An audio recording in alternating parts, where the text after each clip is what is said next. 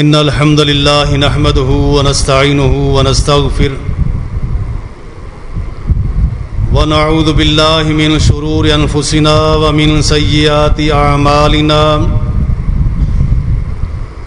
من يهده الله فلا مضل له ومن يضلل فلا هادي له وأشهد أن لا إله إلا الله وحده لا شريك له وأشهد أن محمدًا عبده ورسوله الذي أرسله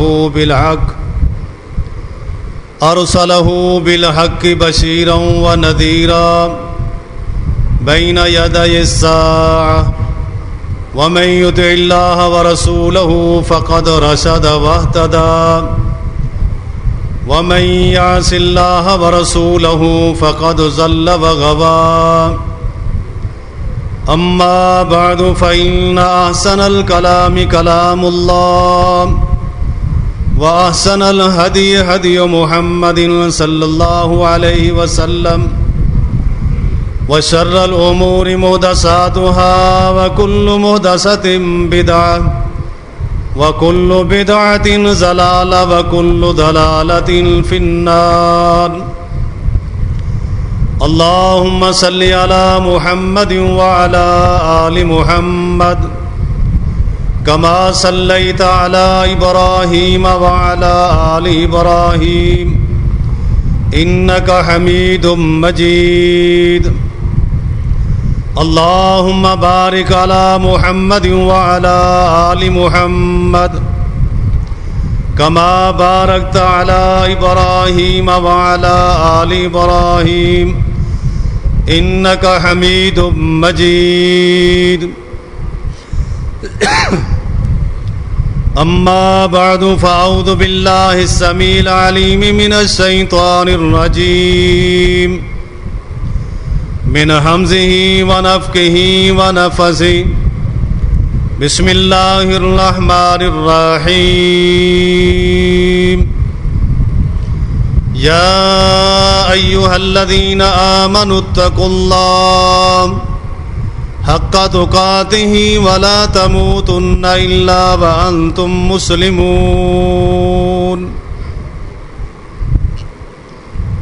اما بعد ہر قسم کی حمد و ثنا، بزرگی، بڑھائی، تعریفات اللہ وحدہ لا شریک کی ذات مبارکہ مقدسہ مطہرہ کے لیے ہے۔ بے شمار لاتعداد ان گنت لاکھوں کروڑوں درود و سلام ہوں امام الانبیاء خاتم الانبیاء محمد رسول اللہ صلی اللہ علیہ وسلم پر۔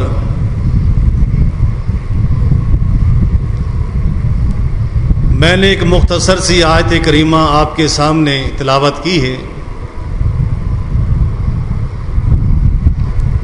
جس میں بہت سارے پہلو اور بہت سارے سبجیکٹ، مضامین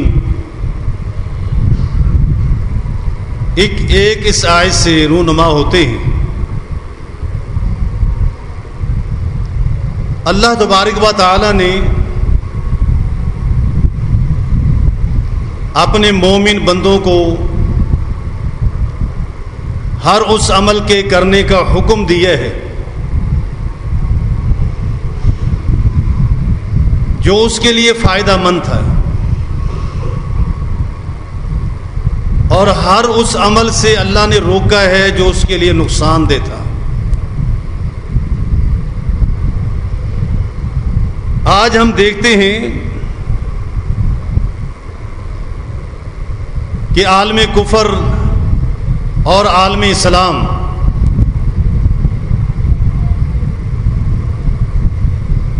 کس نہج پر کھڑے ہیں، کہاں کھڑے ہیں، اور اہل ایمان اپنے آپ کو کیا سمجھ بیٹھے ہیں۔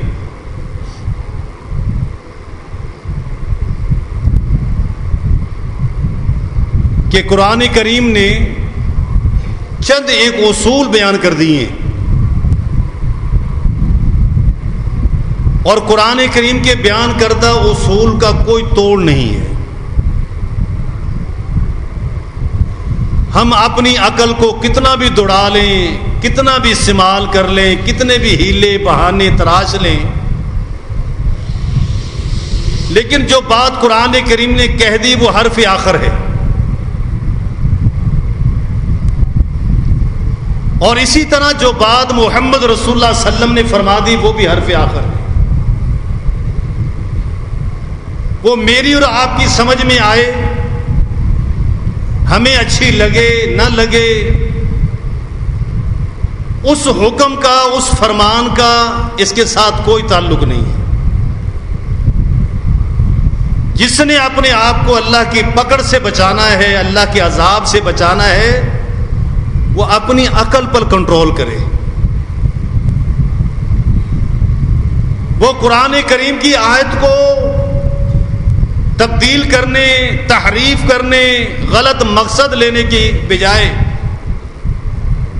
اپنے اوپر غور کرے کہ میں کیا چیز ہوں.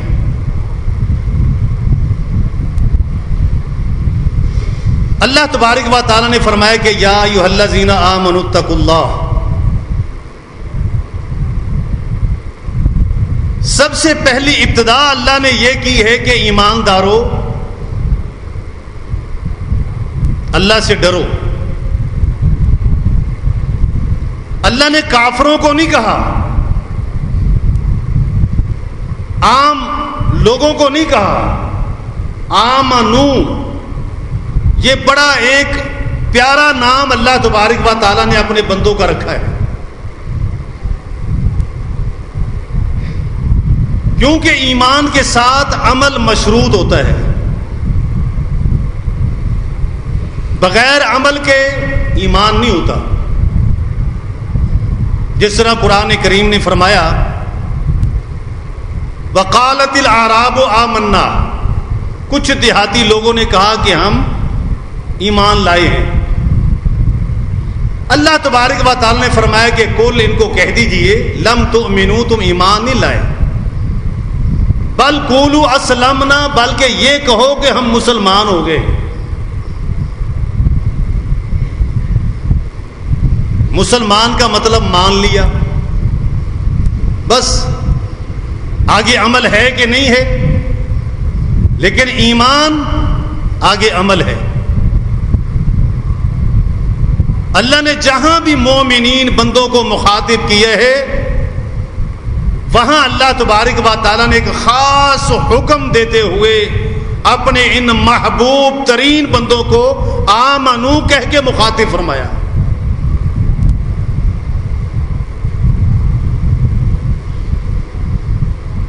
اللہ تبارک و تعالیٰ نے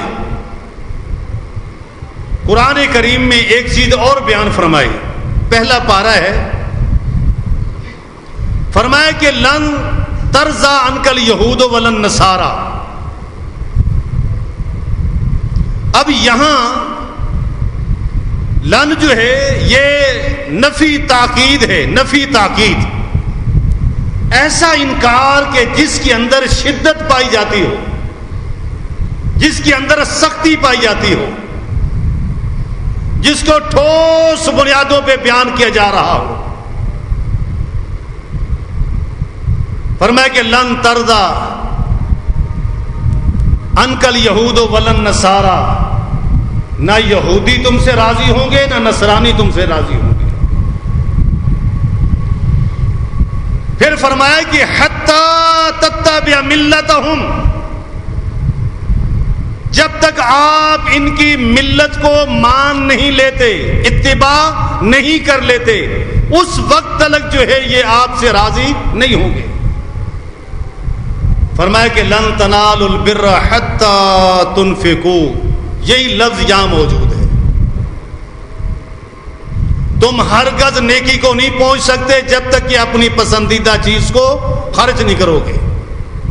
یہی الفاظ ہے کہ لن ترضى عنك اليهود ولا النصارى حتى تتبع ملتهم. قرآن کریم نے بڑی سختی کے ساتھ اس چیز کو بیان فرمایا. میرے بھائی آج سے نہیں، یہ محمد رسول اللہ صلی اللہ علیہ وسلم کے دور سے لے کر قیامت تلک کے لیے یہ فتنے پیدا ہوتے رہیں گے.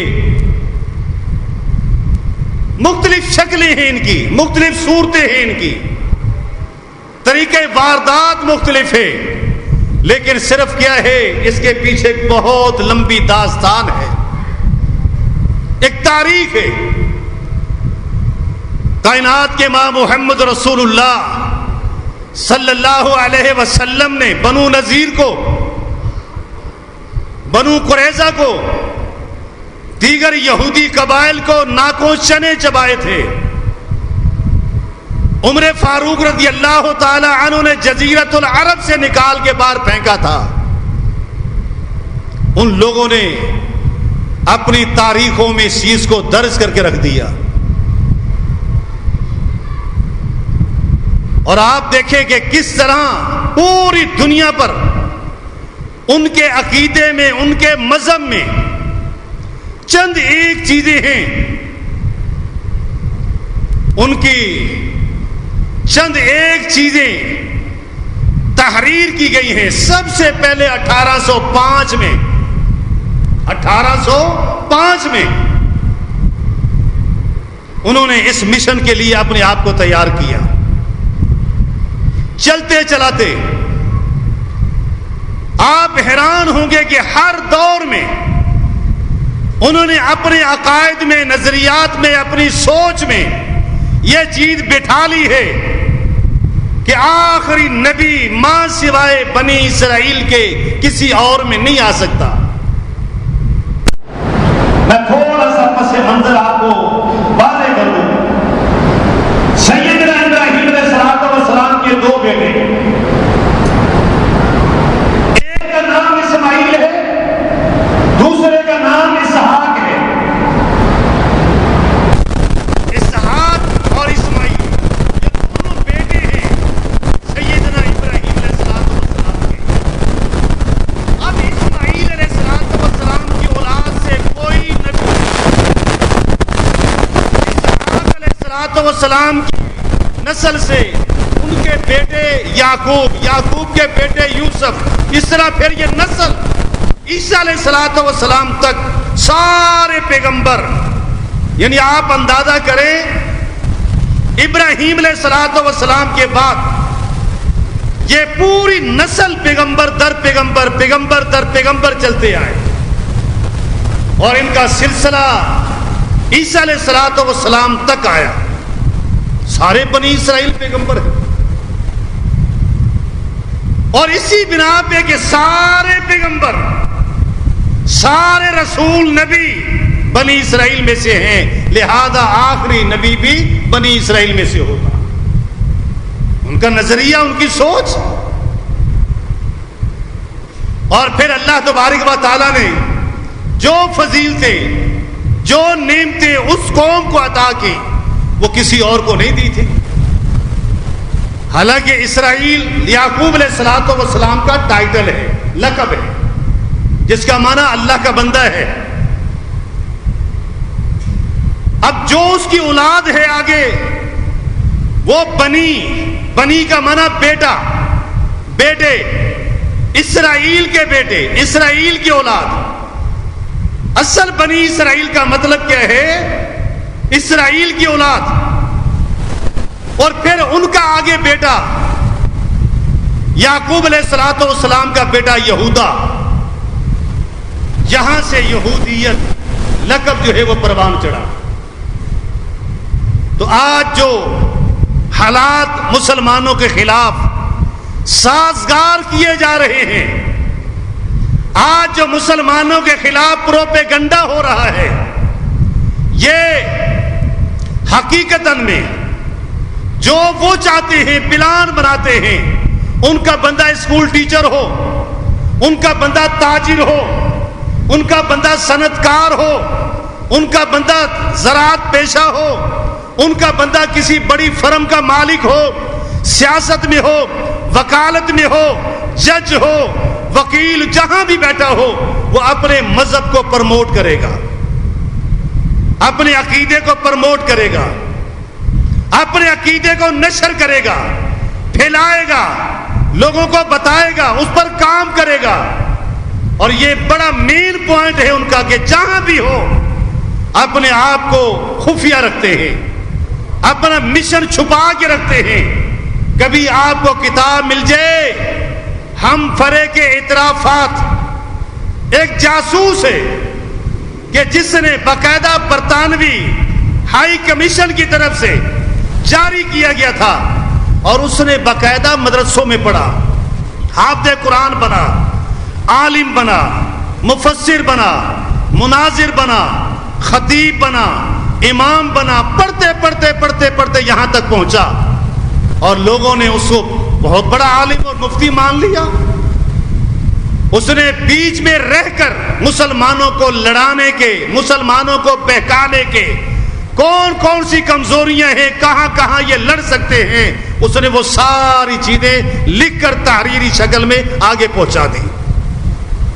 مسلمان پریشان ہکے بکے رہ گئے کہ یہ کیسا ہو گیا ہمارے ساتھ. یہ آپ دور کی بات ہے، چند سال پیچھے چلے جائے، چند سال. رحمت ڈیوس کو ساری دنیا جانتی ہے، رحمت ڈیوس کو ساری دنیا جانتی ہے. داڑھی رکھی ہوئی، سر پہ ٹوپی، کبھی عمامہ، ہاتھ میں تسبیح، صف اول کا نمازی بنے بیٹھا رہا، اور مسلمانوں کی جاسوسیاں ہو رہی تھی. میرے بھائیوں، ہر روپ میں، ہر شکل میں وہ مسلمانوں کے اندر گھستے ہیں. ہم یہ سمجھ بیٹھتے ہیں کہ یہ ہمارا ہے، یہ ہمارا ہے. کتنے راہ کے ایجنٹ پکڑے گئے، مساجد کے امام، مدارس کے امام، درگاہوں سے، آستانوں سے، ہرونچی، ہر لحاظ سے. مقصد کیا ہے؟ یہودیت کا سب سے بڑا ٹارگٹ یہ ہے کہ اسلام کو بدنام کیا جائے، اسلام کو اور اسلامی چیزوں کو شکوک و شبہات میں ڈال دیا جائے. اب اسماعیل صلوات والسلام کی اولاد سے کوئی پیغمبر نبی نہیں آیا، سارے بنی اسرائیل تھے. اللہ رب کائنات نے آخر میں سب سے آخری پیغمبر محمد رسول اللہ صلی اللہ علیہ وسلم کو اسماعیل صلوات والسلام کی اولاد سے پیدا کر دیا. قبیلہ چینج ہو گیا، اوپر دادا ایک ہے. یہاں بنی اسرائیل اور بنی اسماعیل یہ دو بن گئے. بنی اسماعیل سے مراد اسماعیل صلوات والسلام کی اولاد، بنی اسرائیل سے مراد یعقوب علیہ الصلوۃ والسلام کی اولاد. یہاں سے آ کر دو دھڑے بن گئے. اور جب اللہ کے رسول نے اپنی نبوت کا اعلان کیا، انہوں نے محض اسی بنا پر انکار کیا کہ یہ تو نبی ہمارے اندر آنا تھا اور قیامت تک اس کا یہ انتظار کرتے رہیں گے. اللہ نے کہا مومنو تمہیں موت آئے تو اسلام پر موت آئے، ایمان پر موت آئے. ہمارے ایمان کو ہم سے چھینا جائے گا، ہمارا اسلام ہمارے دلوں سے نکالا جائے گا. آپ دیکھیں کتنی سازشیں، کتنی گہری سازشیں انہوں نے کی.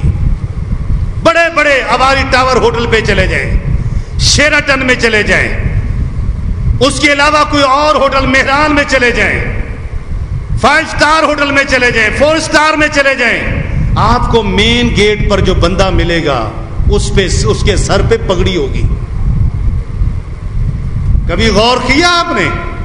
اس کے سر پہ عمامہ ہوگا، کلا رکھا ہوا ہوگا. کیا مقصد ہے؟ عمامہ محمد رسول اللہ صلی اللہ علیہ وسلم کی سنت تھی، جس نے لا کر یہاں کھڑا کر دیا، ویٹروں کے سروں پہ رکھ دیا، اور لا کے ان چوکیداروں کے سروں پہ رکھ دیا. ان کی نگاہوں میں پوری کائنات، عیسائیت بھی کمی ہے، مسلمان بھی کمی ہے، سب سے زیادہ عزت دار ہم لوگ ہیں، ہم جو چاہیں گے وہ ہوگا، جو یہ چاہیں گے وہ نہیں ہوگا. حتیٰ کہ امریکہ اور برطانیہ جیسے ملکوں کے جو صدر بنتے ہیں وہ بھی ان کے محتاج ہوتے ہیں. اس قدر اپنے پنجے کو گاڑ چکے ہیں، ہر جگہ گاڑ چکے ہیں. 1942 میں نیو یارک کے ہوٹل بالٹی مور میں ایک میٹنگ ہوئی، صہیونی وہاں جمع ہوئے، سارے امریکی آئے اور انہوں نے آ کر اس وقت کے امریکہ کے جو بڑے تھے ان کو کہا کہ جی ہمیں چند ایک چیزیں چاہیے، وہ یہ ہے کہ جو تم لوگوں نے یہاں فلسطین کے اندر ہمیں علاقہ محدود کیا گیا ہے، اس محدودیت کو ختم کیا جائے، اس محدودیت کو ختم کیا جائے۔ باقاعدہ موسیٰ بن میمون نے اور ایک رشیا کے چرچ کے پادری نے جو بہت بڑے پروفیسر تھے نیلسن نے، اس نے یہ تحریریں کی ہے، کسی نے بہت لمبا لکھا، کسی نے کم لکھا ہے، انہوں نے اپنی جغرافیائی حدود کو بڑھاتے ہوئے بہت سارے مطالبات آگے کر دیے۔ انہوں نے کہا کہ جی ہماری حدوں کو لامحدود کر دیا جائے اور ہمیں باقاعدہ طاقتور بنایا جائے، سیاسی، فوجی، ہر لحاظ سے۔ اس نے اسی ٹائم برطانیہ کے حاکم کے نام رکا لکھ دیا کہ جی ان کے لیے سوچو، کچھ کرنا چاہیے۔ انہوں نے کیا کرنا تھا؟ پارلیمنٹ کے وزیر خارجہ جو تھے اس دور کے، اس نے کھڑے ہو کے عام اعلان کر دیا کہ مسئلہ فلسطین و اسرائیل حل ہونے والا ہے، ٹوٹی پھوٹی لنگڑی لولی اقوام متحدہ کے اندر یہ قرارداد جو ہے وہ پیش کی جائیں گی۔ لہذا کیا ہوا؟ برطانیہ نے اپنا تسلط وہاں سے ختم کیا، اپنی فوجیں باہر نکال لی۔ 1947 اور 1948 میں اپنی فوجیں باہر نکال لی۔ جیسے ہی فوجیں باہر نکلی، کتنا عرصہ لگا ہے؟ 1942 میں میٹنگ ہوئی، چند سالوں کے بعد یہ اعلان ہوتے ہوتے یہاں تک آیا کہ مستقل بنیادوں پہ اس کا حل ہونے جا رہا ہے۔ اور وہ حل کیا ہوگا؟ فوجیں نکالو اپنی۔ برطانیہ نے اپنی فوجیں نکال لی، یہودی ایک دم حملہ آور ہوئے، مسلمانوں کو تتر بتر کر گئے۔ میرے بھائی، پھر انہوں نے جو لکھا کہ ہمارا کیا کیا حصہ ہوگا، پورا اردن اور جنوبی لبنان حتیٰ کہ شمالی ترکی تک جو ہے اور شام کی سرحدوں تک جو ہے، اور اس طرح مصر کے ساتھ جو ہے یہ پورا خطہ، یعنی نیل سے فرات تک کا حصہ، وہ کہتے ہیں یہ سارا ہمارا ہے۔ آئے دن مسلمان چیختے ہیں، آئے دن مسلمان روتے ہیں، بلکتے ہیں، اور یہ اتنا بڑا ایک پروگرام ہے کہ مسلمان سوچ کر حیران ہو جاتے ہیں۔ اور انہوں نے ایک بات ٹھان لی کہ جہاں جہاں بھی کوئی حاکم بنے، سب سے زیادہ عیاش، مکار، فاحش اور گندا حاکم ہو، تاکہ ہم اسے دبوچنے میں آسانی کے ساتھ دبوچ سکیں۔ اور مسلمانوں کو آپس میں بانٹنے کے لیے بہت سارے حربے استعمال کیے۔ بنی اسرائیل کے، باقاعدہ اسرائیل کے پارلیمنٹ کے گیٹ پہ یہ لکھا ہوا ہے کہ تمہارا وطن نیل سے فرات ہے، تمہارا وطن نیل سے فرات ہے۔ جب بھی کوئی آتا ہے جاتا ہے وہاں سے ہو کے جاتے ہیں۔ میرے بھائی، مسلمان رہ گیا نماز کے لیے، مسلمان رہ گیا تسبیح کے لیے، تحلیل کے لیے، تکبیر کے لیے، دور اندیشی اپنے اندر سے ختم کر بیٹھا۔ اور آہستہ آہستہ دیکھیں، آج ہمارے پاکستان ملک کے اندر بھی یہ موم بتی مافیا جس کو نام دیا جاتا ہے، کیا نام دیا جاتا ہے؟ آزادی صحافت، آزادی رائے، آزادی خیال، آزادی عورت، اس کے نام پر جو کچھ ہوتا ہے اور جو کچھ ہونے جا رہا ہے، یقین جانیں ہم شرم کے مارے آنکھیں جھکائیں گے، لیکن ہماری آنکھیں جھکیں گی نہیں۔ یہ بہت بڑا اللہ کا عذاب ایک آ رہا ہے ہماری طرف۔ پہلے کسی نے سنا تھا کہ اس طرح بھی ہوگا؟ ایک عورت دندناتے پھرتی ہے اور پورا میڈیا، پوری صحافت ان کے شکنجے میں ہے، جب چاہتے ہیں دبا دیتے ہیں، جب چاہتے ہیں اسے چھوڑ دیتے ہیں، ایسے ایسے جگہوں پہ کنٹرول کیے بیٹھے ہیں۔ اور مسلمانوں، اگر ہم بیدار نہ ہوئے، ہم بیدار نہ ہوئے تو ہماری آنے والی نسلیں ان تک یہ فحاشی، یہ عریانی، یہ بے حیائی جس کا مقصد ہے ان کا پھیلانا، لوگوں کو مشغول کرنا، لوگوں کو مصروف کرنا، لوگوں کو اس دلدل میں پھنسا کے رکھ دینا تاکہ نہ ایمان رہے، نہ ایمان رہے، نہ اسلام رہے۔ اپنے ایمان کو بچانے کے لیے ہم نے قرآن کریم کو دیکھنا ہوگا۔ قرآن کریم نے کہا کہ تمہیں موت نہ آئے مگر اس حال میں آئے وانتم مسلمون، کہ تم اللہ کے فرما بردار بندے بن کے جاؤ۔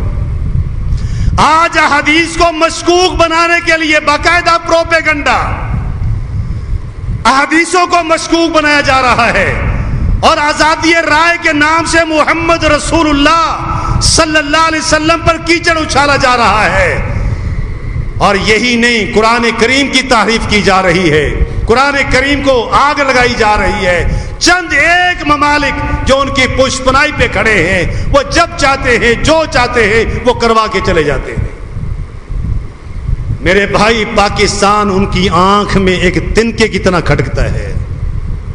پاکستان، پاکستانی عوام، پاکستانی مسلمان کہ جن کے ایمان کو کھوکھلا کرنے کے لیے، جن کی جڑوں میں دیمک لگانے کے لیے شب و روز وہ کوشش کر رہے ہیں کہ مسلمانوں کو عیاشی میں ڈالیں، مسلمانوں کو فحاشی میں ڈالیں، مسلمانوں کو عریانی میں ڈالیں، ان کو مصروف کر کے رکھ دیں تاکہ ان کو پتہ نہ چلے اسلام کیا ہے۔ کتنے ہمارے اپنے مسلمان وہ کیا کہہ دیتے ہیں، اس میں کیا حرج ہے، اس میں کیا قباحت ہے، اس میں کیا برائی ہے، یہ کرنے کی کوئی ضرورت نہیں، یہ کر لیں تو کوئی فرق نہیں پڑتا۔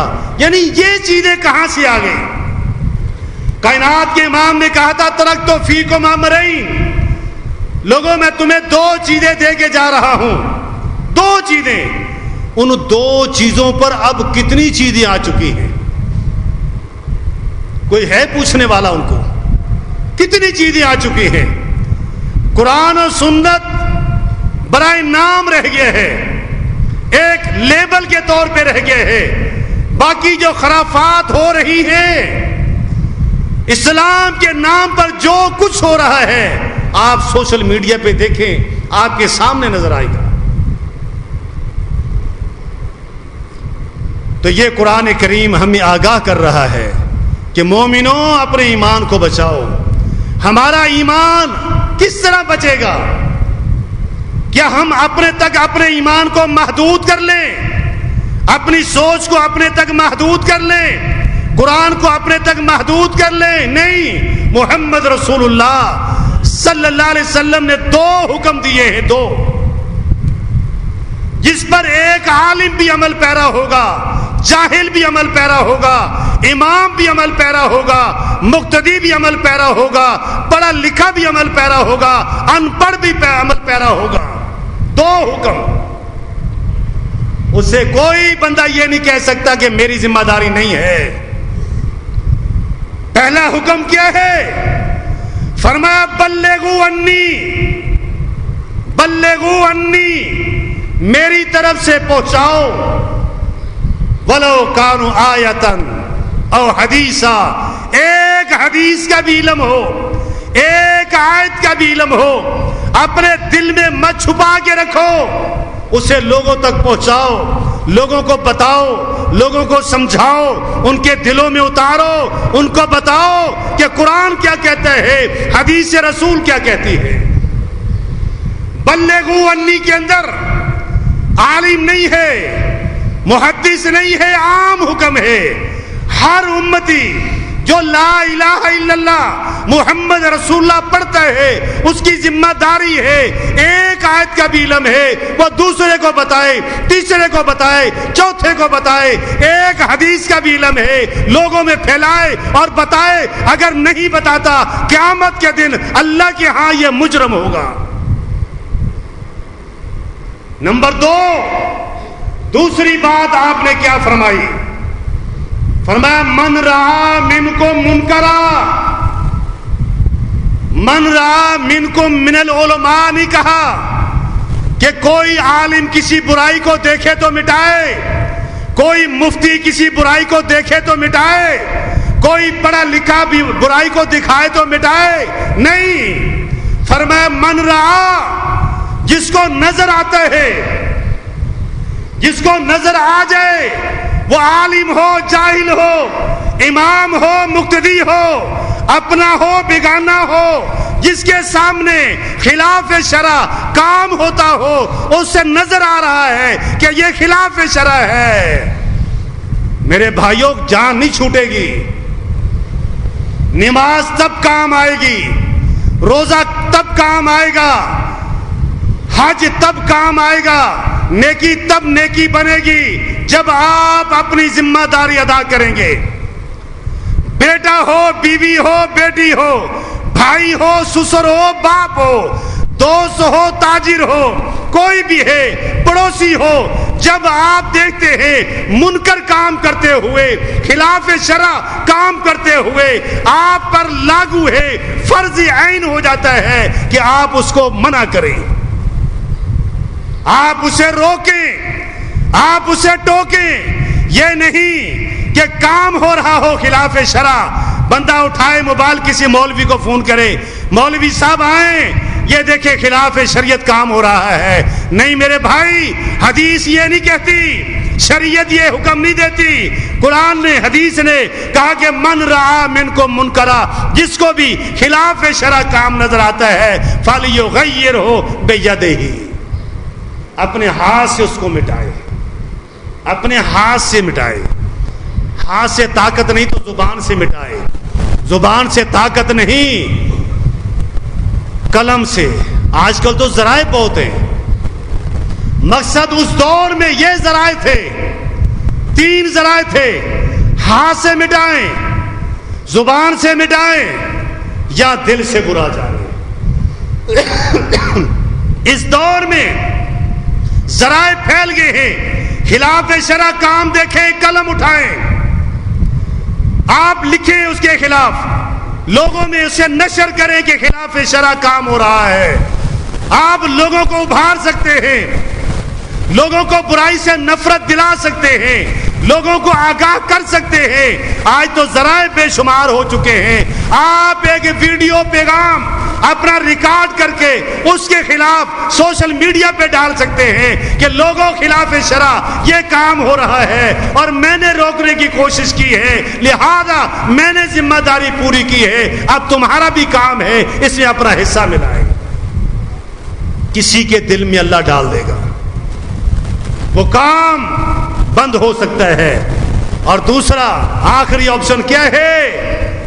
مت دیکھیں میرا رشتہ دار ہے، اپنا ہے، بیگانہ ہے، دوست ہے، کوئی اور ہے، آپ اسے بائیکاٹ کر لیں، بائیکاٹ کریں، اس کے ساتھ محبت و پیار سے پیش نہیں آنا، 2 ٹوک الفاظ میں کہہ دیں کہ بھائی تیرا تعلق میرا تعلق ایمان کی بنیاد پہ تھا، لیکن تو میرے ایمان کو زد پہنچا رہا ہے، لہذا میرا اور تیرا تعلق یہاں سے ختم ہے۔ آپ دیکھتے نہیں صحابہ کرام کے واقعات نہیں پڑھتے؟ بیٹے نے ماں کو چھوڑا، ماں نے بیٹے کو گھر سے نکالا، باپ نے بیٹے کو گھر سے نکالا، بیوی چھن گئی، بچے چھن گئے، مال چھن گیا، گھر چھن گئے، سب کچھ چھن گئے، تنو تنہا محمد رسول اللہ صلی اللہ علیہ وسلم کے پاس جا پہنچے تھے۔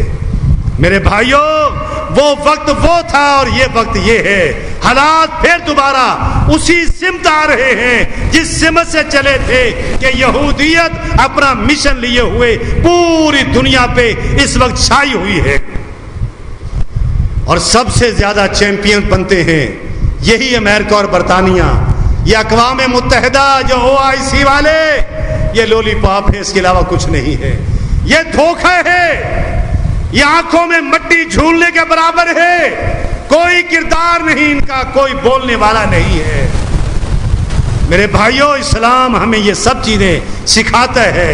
اللہ نے کیا فرمایا کہ یا ایھا الذین آمنوا اتقوا اللہ، اللہ سے ڈرو، اوروں کا ڈر اور خوف اپنے دلوں سے نکال دو، مت دیکھو کہ آگے کون ہے، دیکھو یہ کہ یہ حکم اللہ ہے، محمد رسول اللہ کا فرمان ہے۔ اللہ رب کریم جو ہے وہ تمہاری عزت، تمہارا رعب ان کے دلوں میں ڈال دے گا۔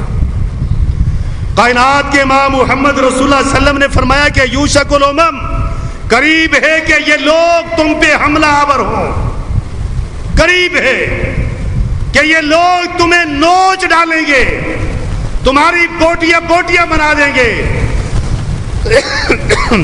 فرمایا کہ کما تدل عاقلۃ الی قصاتھا، جس طرح کے بھوکے پیاسے کھانے کی برتن کی طرف لپکتے ہیں، اے مسلمانوں مومنوں، یہ لوگ یہودیت، نصرانیت، مجوسیت، دیگر مذاہب، یہ تمہارے اوپر اسی طرح حملہ آور ہوں گے جس طرح بھوکے اور پیاسے کھانے پہ ٹوٹتے ہیں۔ صحابہ کرام نے کہا اللہ کے نبی کیا ہماری قلت ہوگی، ہم افرادی قوت میں کمزور ہو چکے ہوں گے؟ آپ نے فرمایا نا، نہیں، تمہاری قلت میں کوئی کمی نہیں ہوگی، کثرت ہوگی، قلت نہیں کثرت ہوگی، تعداد میں کوئی کمی نہیں ہوگی۔ نبی علیہ الصلوۃ والسلام نے ایک دفعہ ایک لشکر بھیجا، جب لشکر وہاں پہنچتا ہے کیا دیکھتے ہیں کہ آگے تعداد بہت بڑی ہے، ان کا مقابلہ کرنا ہمارے بس کی بات نہیں، لہذا کیا کیا جائے؟ کہا خط لکھو اور لوگ منگواؤ۔ ان میں سے ایک صحابی کھڑے ہو گئے، وہ کہنے لگے کہ اللہ کے بندو، جب ہم لوگ گھروں سے چلے تھے ہماری نیت ارادہ یہ نہیں تھا کہ تعداد برابر ہوگی تو لڑیں گے، اسلحہ برابر ہوگا تو لڑیں گے، طاقت برابر ہوگی تو لڑیں گے، ہمارے دل میں یہ تھا یا شہید ہو کر آئیں گے یا غازی ہو کر آئیں گے۔ اللہ کی قسم کھا کر کہتا ہوں دونوں میں سے ایک چیز تمہارا مقدر ہے، یا فاتح بنو گے یا شہید ہو جاؤ گے یا غازی بنو گے۔ میرے بھائیوں، اللہ رب کریم وہ پتھر اور غلیل سے لڑنے والا اس فلسطینی بچہ اور ٹانگوں سے معذور بندہ، ایماندار، رسی باندھ کر پتھروں کو مارنے والا بندہ، قیامت کے دن جب اس سے اٹھایا جائے گا اللہ پوچھے گا بندے بتا تو نے کیا کیا ہے، وہ کیا جواب دے گا اللہ کو؟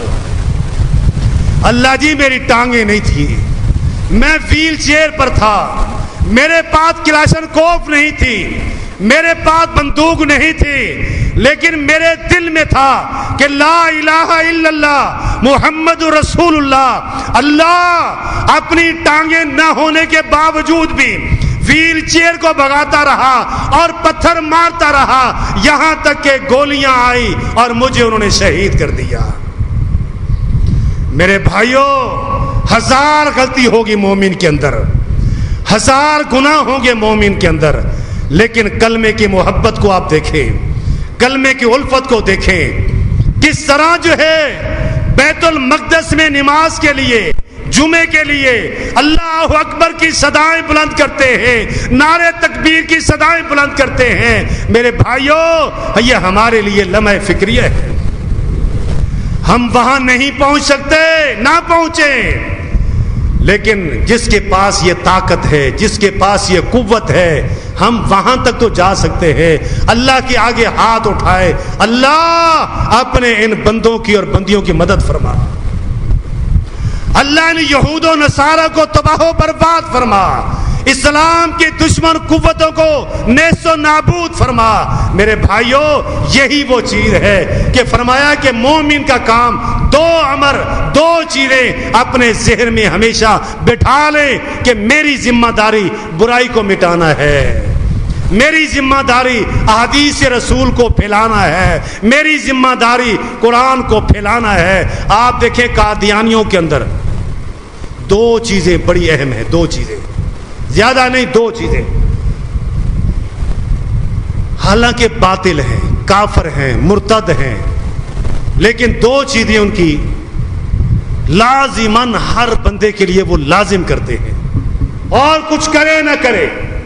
نمبر ایک، اپنے مذہب و عقیدے امام کی تبلیغ کرنا، لازم ہے. عورت ہے تو عورتوں کے پاس جائے, محلے میں جائے, گلی گلی کوچا کوچا گھومے گی. مرد ہے تو مرد یہ کام کر رہا ہے. نمبر 2, جتنی بھی کمائی ہے اس میں سے کچھ نہ کچھ حصہ نکال کر چندہ دینا لازمی, ورنہ جنت نہیں ملے گی. یہ ان کا اصول اور قاعدہ ہے. جنت لینا, امام وقت کو خوش کرنا, خلیفے کی خوشی, تمہاری کامیابی, ان 2 چیزوں میں ہے. میرے بھائیوں, ان 2 چیزوں نے ان کو کہاں سے کہاں پہنچا دیا. آج ہم کیا کہتے ہیں, یار میرا دوست سے الٹے ہاتھ سے کھا رہا ہے, میں اس کو منع کروں گا, برا نہ منا جائے. پہلے میں کہوں گا حضرت معذرت کے ساتھ, معذرت کس بات کی؟ میرے بھائی رسول اللہ کا فرمان سناتے ہوئے معذرت نہیں, 2 ٹوک الفاظ میں کہیں کہ بھائی کلمہ پڑھتے ہو, مسلمان ہو, الٹے ہاتھ سے کھاتے ہو, کیا ضرورت ہے وہاں معذرت کرنے کی؟ کوئی میں اپنی بات کہہ رہا ہوں, ہم ڈی ویلیو کر دیتے ہیں اللہ کے نبی کے فرمان کو. عدالت کا حکم نامہ آئے, ڈاکیا کہتا پکڑ اپنے وارنٹ گرفتاری, معذرت کوئی نہیں ہے, عدالت جانے اور تو جان. میرے بھائی محمد رسول اللہ کا فرمان ہو, قرآن کا فرمان ہو, اور ہم معذرت کریں. اللہ تبارک و تعالیٰ سے دعا ہے رب کریم ہمیں قرآن کی تبلیغ کرنے والا بنائے, احادیث کو نشر کرنے والا, تبلیغ کرنے والا بنائے. برائی کے خلاف جو 3 آپشن دیے ہیں ہمیں, 3 ہمیں چیزیں دی ہے, زبان سے مٹانا, ہاتھ سے مٹانا, دل سے برا جاننا. میرے بھائیوں اس پہ کام کریں, انشاءاللہ اللہ برکت ڈالے گا, برائی مٹے گی, برائی ختم ہوگی, نیکی پھیلے گی, نیکی نشر ہوگی, ہمارے لیے اجر ہوگا. اللہ تعالی عمل کی توفیق.